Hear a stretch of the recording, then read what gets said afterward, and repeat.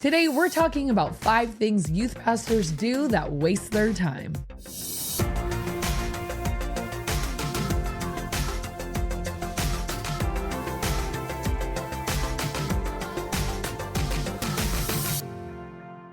Welcome to the Ministry Coach Podcast, where every week we give you actionable and practical tips that you can implement into your youth ministry. My name is Jeff Lascola, and this is Kristen Lascola, and I just got back from winter camp. Yay! So if I sound a little bit raspy, a little bit hoarse, that's why. Because you were yelling at people the whole time. The funny thing is, I really wasn't. I think it's something about lack of sleep, mountain air, because it wasn't just me. It was like a few people kind of have like hoarse voices right now. So whatever. Today we are talking about things that youth pastors do that waste time. I feel like that's a prompt for like a game or something. Things that youth pastors do that waste time. For 400, please. Number one, these are all ones that I have learned probably the hard way. So I'm going to tell you how I used to kind of do it wrong and waste a lot of time. Number one is writing fresh new communication every single week. My best hack of the last few years, and if you already do this and are way ahead of me, good for you. I wish I would have learned it sooner. Always save your weekly emails to a Word document, edit them, copy and paste them into the email, and send them. When you do that, do you save it as a new document, or are you constantly going off of the last one you sent? I didn't know if you meant so that you had it when you go for the next year to do summer camp signups, you can use the same email. You just go back and No, I'll talk about that concept in a little bit with some other stuff, but this is I have 2 documents I just saved to my desktop, so they're always there. It says parent email, leader email. I open it up. Worst case scenario on Monday to edit it, but I look at what I sent last week, and if it's still relevant, I keep it or change the wording to reflect this week instead of next week or something like that. I put the new talk sheet in there so that everyone's in the loop. I update anything having to do with the events, and it's so much easier than every single week. Dear parents, blah, blah, blah. And I just used to sit down and write these really long emails, make sure everyone knew what was going on for the week. And I'm like, I don't want it to become so stale that everybody just deletes it because they're you say the same darn thing every week. Yeah. But if I'm announcing something that's happening in 3 weeks, it's well, why rewrite that every single time? And then there's some things that I leave on there static, summer camp dates, July 10th through the 17th, and I highlight that, and the link to our calendar online. Once you set your summer camp dates, is that in the bottom of that email always, for all the way until you go? Yeah. So that everyone's reminded every single week. And then as we get closer, I might push that toward the top. We're 100 days out from or summer camp. We're 50 days out, whatever it might be, just kind of okay, now I'm going to start drawing more attention to it. But those big things that are immovable, my winter camp dates are my winter camp dates, summer camp. And then for my leaders, that would be the leader retreat. I include the camp dates for my leaders, but then I add our retreat, which is in November, so that it's always on their mind of oh yeah, I need to make sure I get that off of work, or oh yeah, I need to make sure I don't have family in town that week or whatever. So I just copy and paste those back into my email every week. And then I usually change the first few lines. This week we just got back from camp, so I said something about that, hey, camp was great. So glad you guys came, so, and I guess now it takes me 10 minutes instead of 30 minutes. So it is a great time saver. And I mean, each, so it was that used to be an hour just of emails to make sure everybody knew what was going on, writing a big long letter. So saving your communication. And then another one, and I don't use this one as frequently, but I start sending communication to the 5th grade parents a few times throughout the year. So I save that onto my desktop. It says 5th grade parent email. So I'm reminded, oh yeah, make sure you're sending out summer camp dates to them. Make sure you're like, hey, we have our promotion event, like your 5th grader's becoming a 6th grader. Here's what you need to know. So those emails I do save so that every year I can kind of just change the dates and details, but have those ready to go. So anything that's on repeat for you, you could have a folder in your computer, like frequent email things. And if you're like, say you're doing more than just student ministries, you could even have a why can I not say that word? Frequent response email folder. So like, if you get the same questions a lot of times. Yeah. Yeah. Like whether it's theologically, like if somebody wants to know your stance on something, you change it a bit to fit the current conversation you're having, but you don't have to rethink and write all these things again. Or parents, like winter camp, like once they've registered, here's what they need to know. We're meeting at this time. We're getting picked up at this time. Here's, the packing list, whatever. So you're not always having to reinvent the wheel or it's rewrite those same things. Ones that are on repeat all the time. Save those emails as a template for yourself. And it not only does it save time, but it helps you not miss something like, oh shoot, I forgot to tell them that. Because it will just be the same thing every year with just minor updates. I know you're not a fan of this, but ChatGPT, if you're writing a brand new email, is like your best friend because I've never used it. Still, you need to start. So the benefit, I'm sure I'm preaching to the choir here because I'm sure you guys use it, but it's so much easier to edit and fine tune something that's been written than writing it from scratch. A lot of times I feel like I'm not creative enough at like this moment to start it, and whereas you just give ChatGPT the prompts and say, this is kind of what I want to say, and then it just boom within seconds. And then you take that out and you can have it change it or you can just edit it. So it's really convenient. Well, I was a communication major, so like thinking of words and building communications, thinking of words. It's not that hard for me. I'm a professional. But when we're talking about things that youth pastors do that waste time, you're right. It would be good. It saves time. Well, if it's not a strength for you, then that's a great idea. Or just those moments of like, I don't feel like having to create an entire email. I'm going to have ChatGPT write it up and then I'm going to put it in my own words. Yeah, for sure. All right. Number 2, things that waste our time is doing the big meetings every single week. I don't like meetings. I am not a meeting person. And I think the weekly big 2-hour meetings are too much and they're a time suck. Sometimes you do need that 2-hour staff meeting. I just don't think you need it every week. It could be an every other week kind of thing if you really need to pull your staff together and talk about some stuff. I just don't think there is any place in ministry for a weekly 2-hour meeting. I don't even think there's a place for a weekly 1-hour meeting.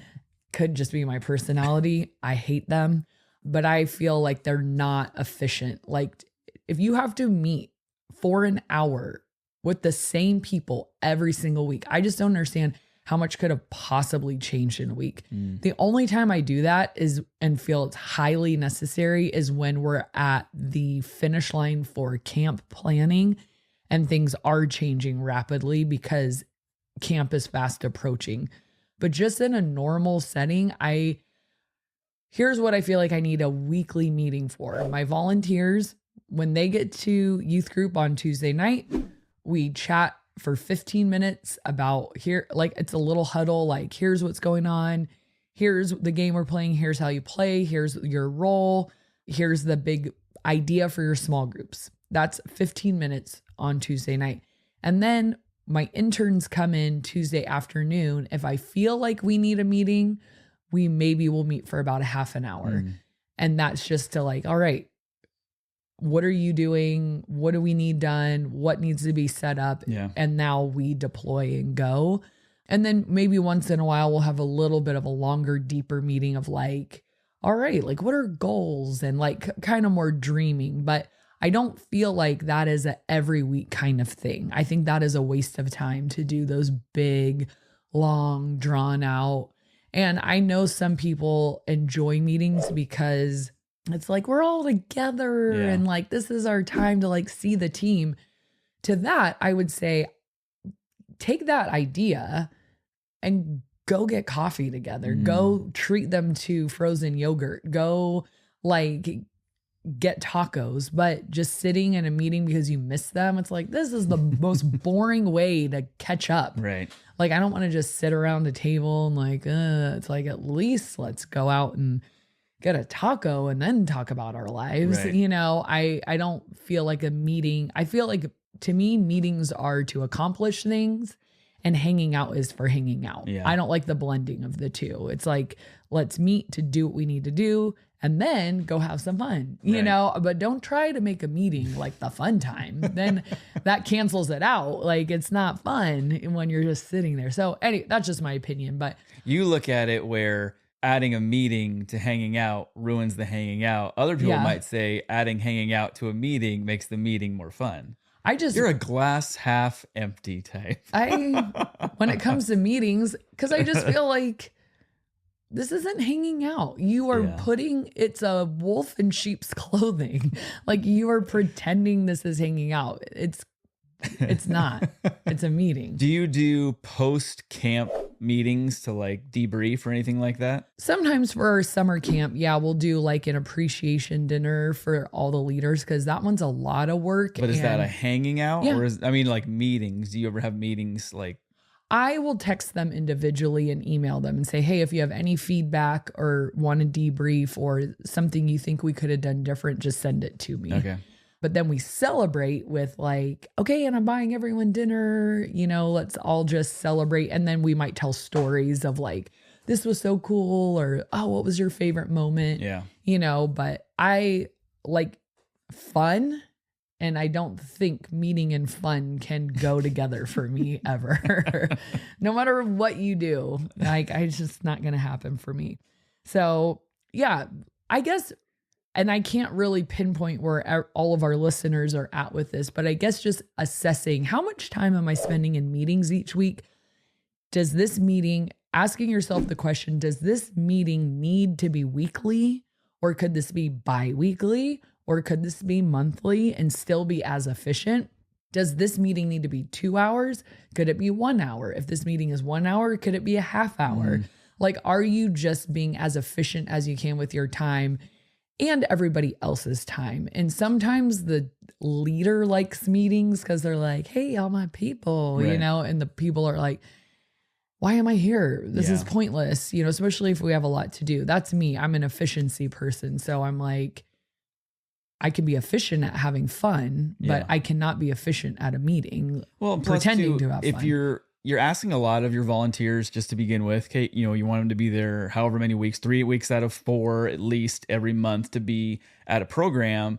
And then if you're asking them on top of that, and there's these weekly meetings, and it's like, I'm not cut out for this. So you better make it worth it of like, oh my gosh, like I'm glad so if it's just for the sake of it, you might have to swallow your pride. I think meetings make leaders feel important, so they keep them, you know, instead of just saying, well, I guess we don't really have anything to talk about. Like that feels like, shouldn't we have something? You know, so just assess how you're doing that. And then number 3, redoing stuff because you didn't save it is a huge time waster. So this could be anything from the emails we were talking about to talk sheets, like discussion sheets for your small groups. That's kind of hard to say. It could be your sermon notes. It could be graphics for games. Like so often we play the same games like 2 times a year, like a weekend game 2 times a year, you know? And so like say we're playing human foosball. It's like, we should have a slide for that. Yeah. Not like, all right, I'm going to spend 30 minutes making a little graphic slide for it. It's like, well, if you play the same games, you should always have the same game slides and logos and graphics. So just plug and play. Yeah. Those should all be saved somewhere. And I cannot tell you how much time it saves. Like even like when we do the battle, it's like the rules, they're already there.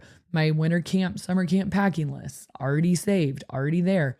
My leader meeting notes for summer camp, already there. So make sure things that you know you're going to use again, take the time to save them in a place you will see them and remember them so that every year it comes around, you're just ready to go. Mm-hmm. And with messages too, especially if you ever have like guest speaking opportunities, a lot of times I just pull from my archive and my notes of just like, oh, I did this really cool talk on Daniel. So now it's an easy yes to speak at a chapel or a Christian club or FCA or something like that, because it's like, oh, I have those notes already to go. And that was easy to refresh my memory, not just build something from the ground up every time or ask ChatGPT or, whatever.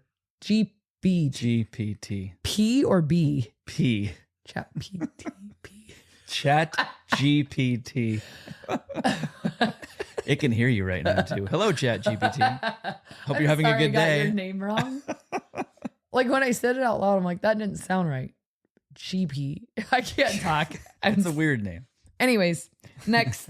Another thing is, this is going to sound so counterintuitive, but a lot of youth pastors and leaders in general waste their time trying to develop their weaknesses.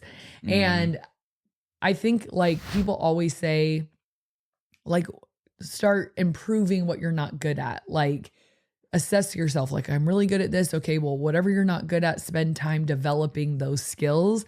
But actually, research shows the opposite, that you should build on your strengths. So what are you already like a 90% at?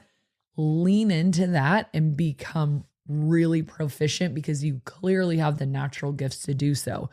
The things that you're not so good at, don't see that as this goal to like, I'm going to conquer this, and become the best graphic designer there is, because you might just not have a natural bent that way. And when you could be sharpening a skill that can be sharpened, and you could become an excellent speaker if that's kind of your gift. Whereas the other one, you might put all this time and effort to, and you're still going to be like a C+. So the goal would always be to find somebody who can do those things very well. Our campus pastor does not like anything having to do with technology. He's really good with people. He's really good face to face. He's really good like at caring for people. But if it has to do with tech, he's like, no, I don't want to do it. So he hands that off to people who can do it like with the snap of a finger. What would take him like 15, 20 minutes to figure out. And they could have it done like almost with the next breath, like literally. So you can surround yourself hopefully with people that can pick up your slack on those things. And for you, that could even be students, because you might be thinking like, oh, must be nice, like to have people to pass off things to, but like, social media, for instance, I think that's another one that youth pastors waste a lot of time doing. Well, shout out to Scout Norman. She is one of our students who she started really young when she was a younger high schooler. And like, we would just teach her little by little, like how to use the camera and let her come to events and stuff like that. She does all of our Instagram reels at events. Yeah. Like, everything that was posted from winter camp was all her. Wow. I didn't log into our social media once. I don't think Caleb did either. It was all Scout.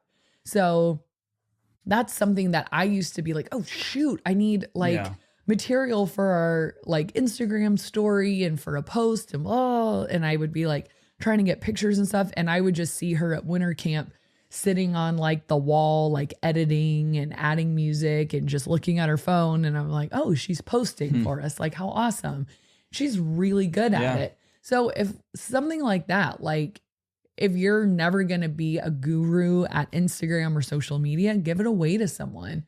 One of my directors, she's in school for graphic design. So when we need a game slide for a game, instead of me, I would just Google image search something and copy and paste it into a with the watermarks slide. on I have no shame. I've done watermarks so many times. Like what else am I supposed to do? She has a knack for that and can do it and does a really good job. And then she gets some practice in. So sometimes it's being creative of, passing that stuff off to people and then doing what you're really good at, and letting them do what they are good at. instead of like, I want to be a jack of all trades and be good at everything. Yeah. I used to kind of think like that. Like, I want to learn to play the guitar because I never want to be without a worship leader. And then I want to learn how to do graphic design because I always want to be, because I think my goal was I want to be as independent as possible. I don't want to be dependent on anyone else. But while I was busy trying to make myself into something I wasn't, like I was spread so thin that even the things I was really good at felt B minus, you know, instead of like, I'm a good teacher. And when I give it my all, I'm a great teacher. You know what I mean? Yeah. And it's like, I'm a bad graphic artist. And when I give it my all, I'm a bad graphic artist, you know? So that's the sentiment there. And, you know, that's work too. Like developing that team around you, you know, and praying. I think you can pray for those gifts on your team. Like, God, send me someone who's good at this, or help me to have the right conversation with someone who would be excited to do social media for us, or do graphic design for us, or do, like, I don't know, whatever it is you can hand off. Yeah. What about things like, I'm just not good at organization? That is true. A lot of people are not. It's not so much a task as it is a like skill. Yeah. Yeah. Well, it's a learned skill. Like, you can learn to be more organized. If you can pass it off, go ahead. You know, I think I've always felt that organization is a learned skill, and you can discipline yourself to not drive everyone around you crazy because to me, and I guess where this one's hard for me, because I don't see the disconnect of like, why can you not return an email? Like, that's not a skill. That's a discipline. And so for me, and you may disagree, I feel like organization is in a category much more of discipline than skill. Because a lot of disorganized people, I feel like how it manifests, to me, it's like that had nothing to do with your skills. You don't know how to text back. You don't know how to write an event in your calendar. You don't. I think sometimes it could be more keeping on top of those things, which is a discipline. Yeah, true. So I discipline myself the second somebody writes or sends me the date. I have to walk over, write it in my calendar.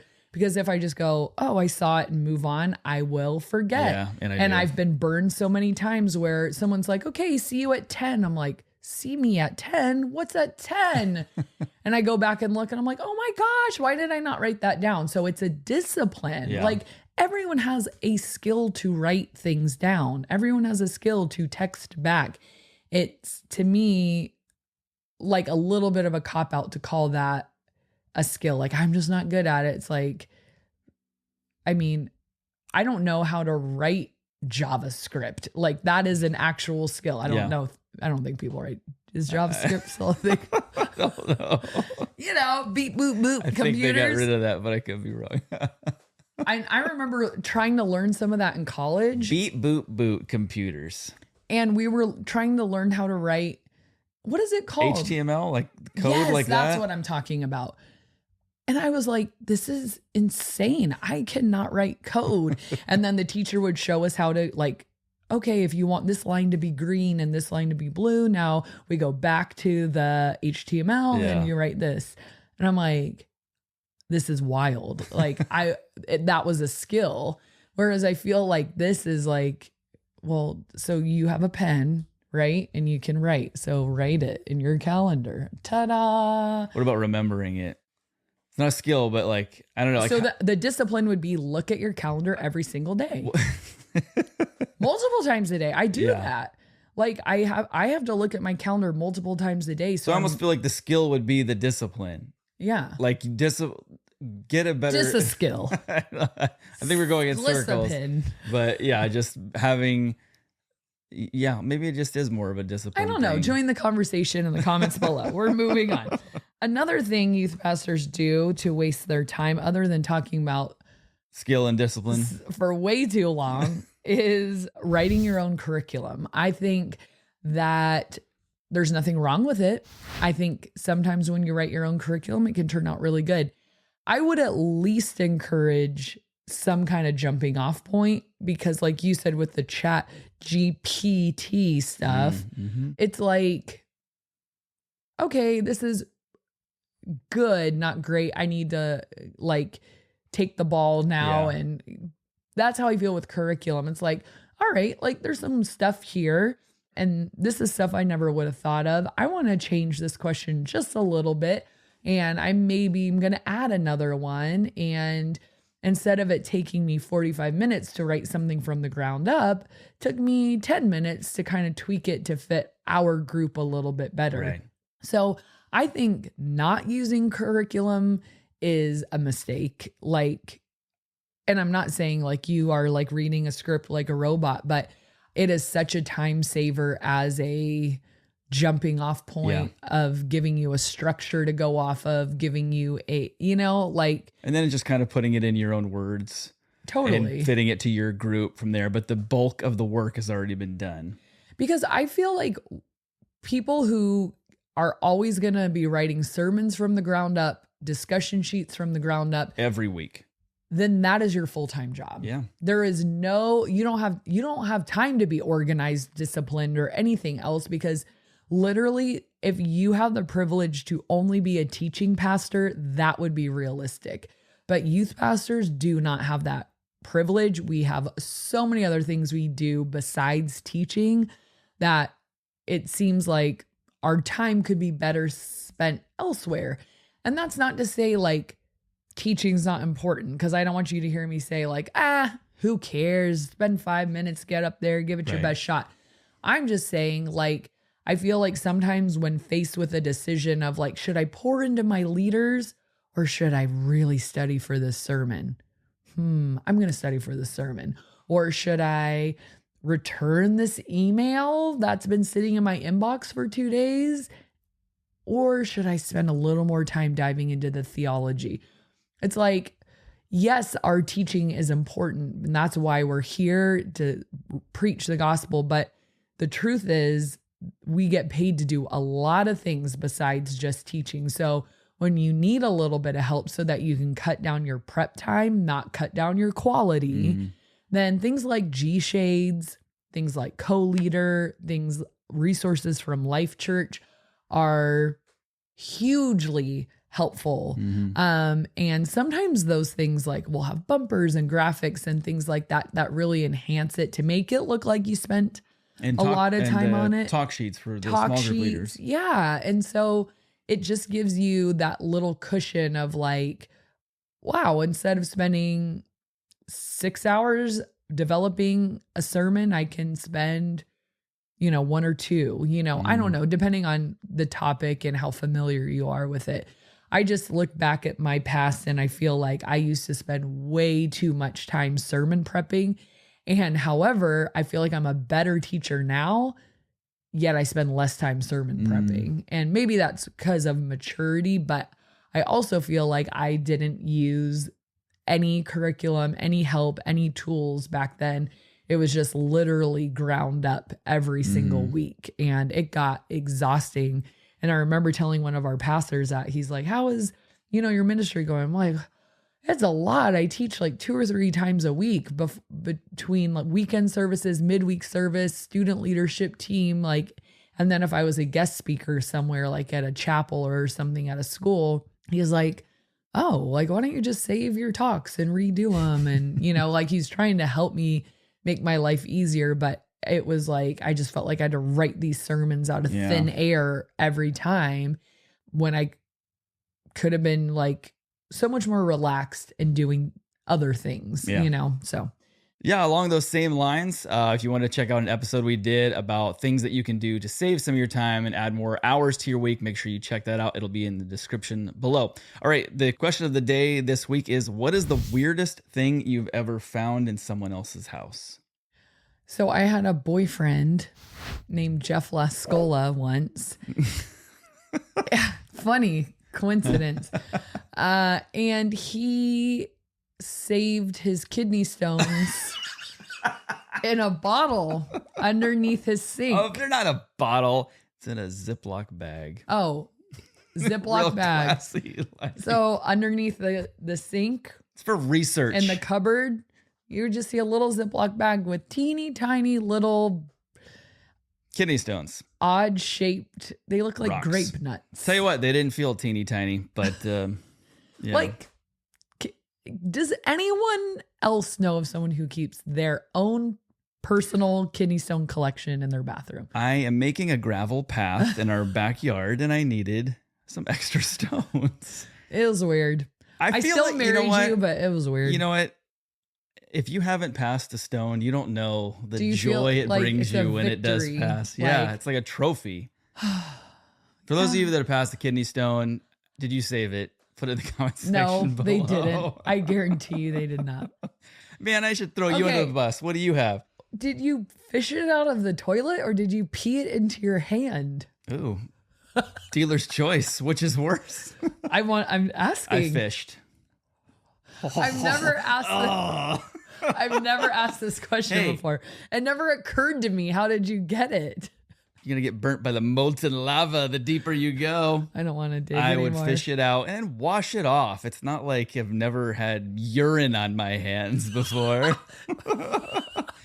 This podcast took a drastic turn. Let's have you my answer turn. it. My turn to share. The weirdest thing I found was we stayed at it was a staff retreat, and we stayed at a really nice house in Coronado. Yeah. And I remember they had one or two giant narwhal tusks or horns or whatever tooths, those giant horn. Oh, that was kind of on sad. display. They were real. Yeah. I And I'm like, I don't know if forgot that's about that. even legal, but they were there, and yeah, Oh, that was. I just got sad. I know, it was sad. That was weird. It was a little weird. It's like in Ace Ventura when beautiful home though. he goes into that room and Ace Ventura Yeah. loves animals, and it's like when nature calls that Right. one. Second And it's one. like all the animal heads and the taxidermed animals, and Taxidermed animals. Is that a term? he's like hyperventilating. That's how I felt with the Yeah. narwhal tusk tooth horns. I think technically they're a tooth. I think you're right, which is weird because they come out of their head. They poke through their Oh, that sounds lip, horrible. I believe. Yikes. I don't know. I was reading in some little kids National Geographic the other day Weird. in my kid's dentist office where I get my teeth cleaned. Yeah, you're the weird one. Anyways, put in the comment section below what's the strangest thing Did I you've make you insecure about your kidney? No, I don't care. Hey, if stuff? anybody's dealing with any kidney stone issues, I can tell you everything you need to know because I've passed over 25. I stopped counting at 25. So I've been telling people 12 and No. they've been shook. And now it's 20. I didn't double know. it. Because 25 just seemed obscene. It is. That's why I stopped counting because it kind of got ridiculous. And I think I actually just lost count at one point. Poor But- Jeff. Yep. Well, I saved him. Put in the comment section below if there is anything you saw strange in someone else's home. Let's do a community comment of the day and then we'll call it a day. This comes from Ricky Hammonds, who says, and this is in regards to what he loves about this podcast. He said, the thing I enjoy the most is how I feel like weight has been lifted off my shoulders. You guys have helped me plan better and invest more into my team. Ooh, I like the part where he said weight lifted off his shoulders. I like the part where he said, invest more in his team. I like the part where he said, hi, my name's Ricky. He didn't say that, but it was implied. It was implied. Thank you, Ricky. Appreciate that. And thank you guys for watching and listening. And we'll see you next time. Right. Anything to add to that? Anything out of that? Nope. Nothing out of that. Well, is that what I sounded like? Kinda. Well, you kept and I thought you were going to try I'm to trying get to in breathe. there. Well, breathe Gasping for air. smaller, quieter. Gasp.